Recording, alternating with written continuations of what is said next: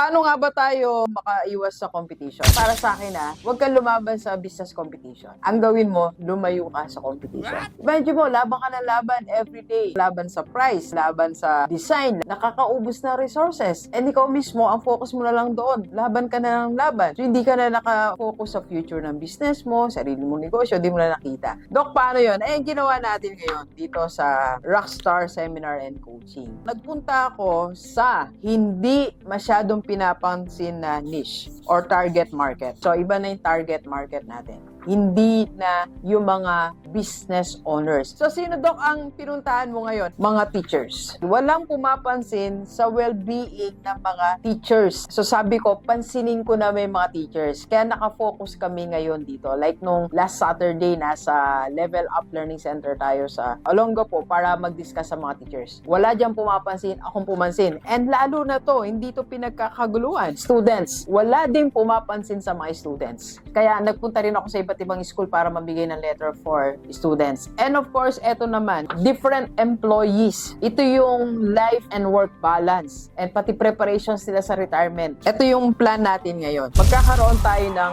innovated seminar. Di ba normally pag nag-seminar tayo, nandiyan ang audience, tapos may speaker. Nagtatransfer tayo ng knowledge, tama? Pero sa Rockstar Innovated Seminar, gagawin po natin is not only knowledge but experience and sasamahan natin ng arts.